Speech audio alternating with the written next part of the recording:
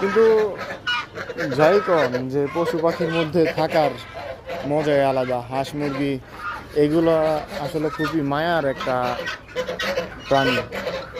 মানুষ বেইমানি করলেও এইগুলো কখনোই বেইমানি করে না। আপনারা সবাই আমাদের খামারের জন্য দোয়া করবেন যাতে আল্লাহ তাআলা আমাদের খামারে বরকত দান করে। এখানে আমার বড় ভাই আবার গরুর জন্য গোয়াল ঘর বানাইছে। নেক্সটে চিন্তা আছে যে ভালো জাতের দুইটা গাভী এখানে তুলবো এখানে পালার জন্য।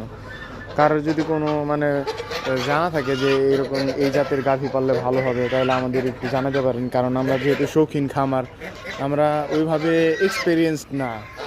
তো আমাদের সহযোগিতা প্রয়োজন, আপনাদের সহযোগিতা আমাদের প্রয়োজন। তো আশা করি আপনারা সবাই আমাদের সহযোগিতা করে আমাদের পাশে থাকবেন এবং আমাদের সাপোর্ট করে যাবেন যাতে আমরা ভালো কিছু করতে পারি, যেহেতু আল্লাহর নাম নিয়ে নামছি।